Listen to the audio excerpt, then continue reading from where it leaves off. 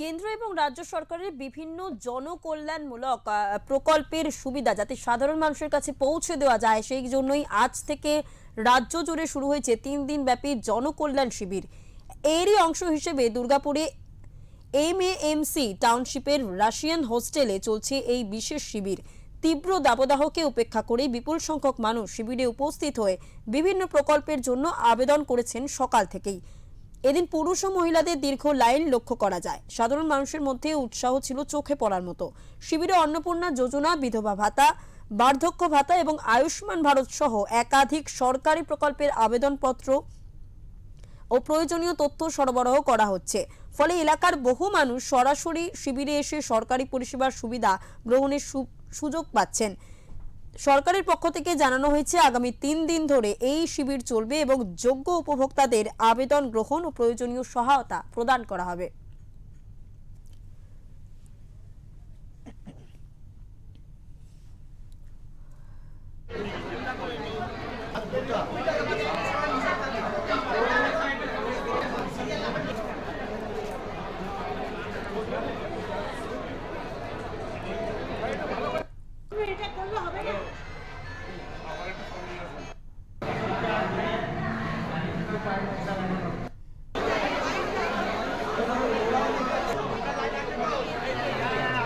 এখানে বার্ধক্য ভাতা, আয়ুষ্মান কার্ড ওই জন্য এসেছি।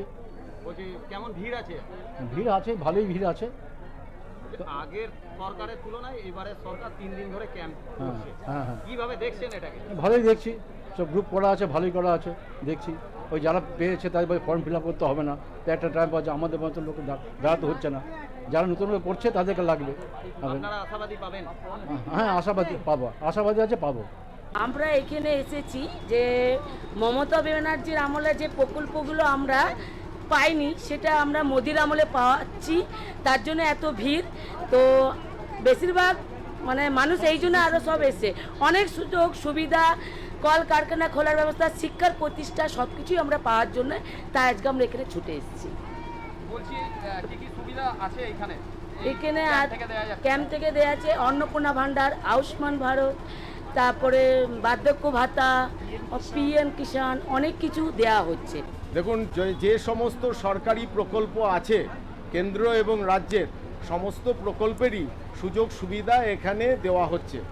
মানুষকে যাতে বিভিন্ন জায়গায় ঘুরে না বেড়াতে হয় তার জন্যই এই ক্যাম্প তৈরি করা হয়েছে। কদিন ধরে চলবে? 3 দিন চলবে, 15, 16, 17। মানুষ কি কি সুবিধা পাচ্ছে এখানে? এখানে মেনলি যেটা বার্ধক্য ভাতা, বিধবা ভাতা, বিকলাঙ্গ যে মানুষজন আছেন তাদের যে ভাতা, তারপরে অন্নপূর্ণা যোজনার ভাতা, তারপরে হচ্ছে আয়ুষ্মান ভারত, তারপরে কিষাণ সম্মান নিধি থেকে আরম্ভ করে সমস্ত কিছু।